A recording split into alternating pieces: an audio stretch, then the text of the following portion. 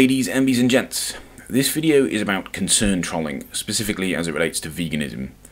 Concern trolling, for those who don't know, is when a person reels off a list of concerns they have about a cause or movement or such similar, with the implication being that if these concerns were addressed, then they, the person, would be more open to lending their support to said cause or movement or such similar.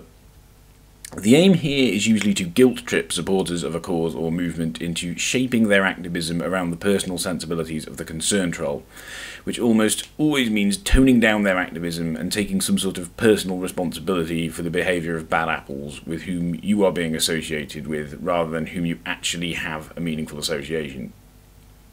Some good examples of this when it comes to veganism are Mr. Repzion, who professes to have had an interest in veganism but is put off by the behaviour of certain vegans on YouTube, and some guy called Furious Pete, who has received serious harassment from vegans on YouTube and claims this also puts him off being a vegan.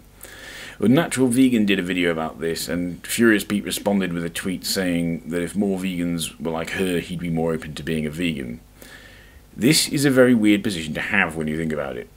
Veganism is not a social club. Being a vegan does not necessitate keeping the company of other vegans, ergo whether or not other vegans are nice people is really not a relevant factor when deciding whether or not to go vegan. It's a bit like being an atheist. Being an atheist does not necessitate keeping the company of other atheists, ergo whether or not other atheists are nice people is really not a relevant factor when trying to reach a conclusion about whether or not a god or gods exist. Veganism isn't really about people, it's about animals, so whether or not you become a vegan should be based on whether you think the way society treats animals is acceptable or not on whether or not you'll get to hang around with cool people. A Natural Vegan holds this tweet from Pete up as though it's an example of progress, but the fact is, it's just words. Pete is no closer to being a vegan now than he was before.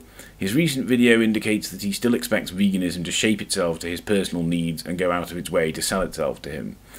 Even if veganism did necessitate keeping the company of other vegans, Pete and Repzion are both grown adults, and as such are old enough to know that all groups in society, be they political movements, religious denominations, or pop culture fandoms, or whatever else, have their bad apples, and that it is intellectually dishonest to judge an entire group by the behaviour of a negative element. They are also old enough to know that keeping a person's company does not necessitate agreeing with them 100% of the time. People within a group can, do, and should express disagreement with one another, and veganism is obviously no exception to this. Furthermore, Pete says in his video that he has vegan friends, which gives us even more reason to believe that he is perfectly aware that vegans are a diverse group, and that he would have no problem finding pleasant vegans to socialise with should it be necessary.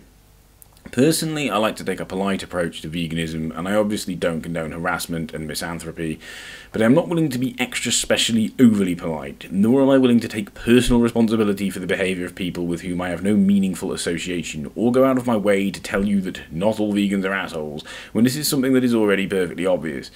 Further, I don't think doing these things would in any way convince the likes of Furious Pete or Mr. Repzion to become vegan. Don't feed the concern trolls. Thanks for watching.